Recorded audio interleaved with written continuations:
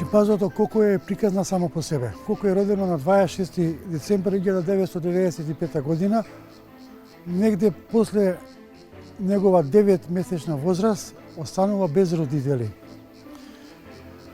Во таа ситуација ние што се грижиме за Коко, фактички постануваме автоматски више негови родители и цела грижа ја преземаме за него.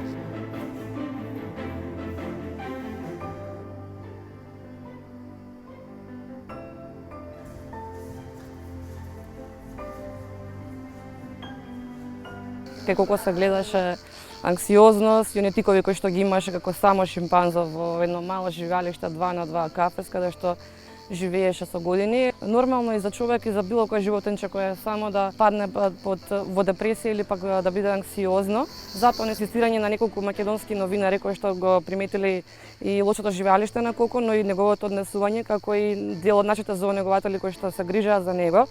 Коко е однесен на рехабилитација и ресоциализација во AAP, тоа е Организација за заштита на животни, односно на шимпанзи и екзотични животни во Холандија, каде што Коко беше веќе 10 години.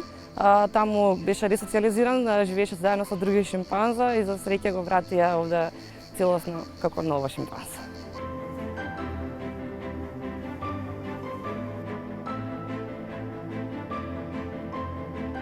Почнуваше да зазема некои положби несоодветни, некој ќош замислен, па пробувавме со дружба, со храна, со игри, сето тоа да го доведеме до помал степен. И дојде момент, ден, кога требаше се донесе одлука шимпанзото Коко да замине на ресоциализација и на рехабилитација во Холандија.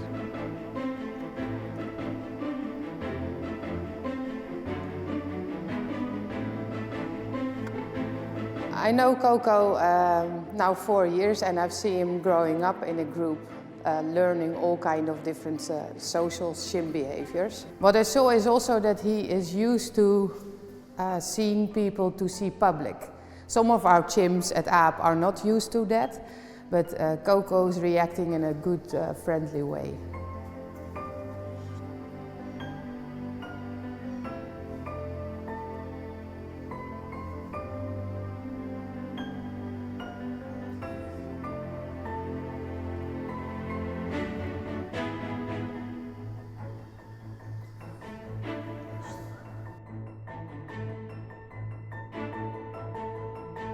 Тие се стварно како мали деца, многу се слични на човекот, во 95% од гените шимпанзата се слични на нас, така да мора за нив да имаме најголема грижа, сакаат многу реквизити, сакаат многу играчки, секако сакаат и многу внимание човечко, така да затоа имаме за нив четворица кои што ќе се грижат само за нив во зоолошката, нема да чуваат други животни.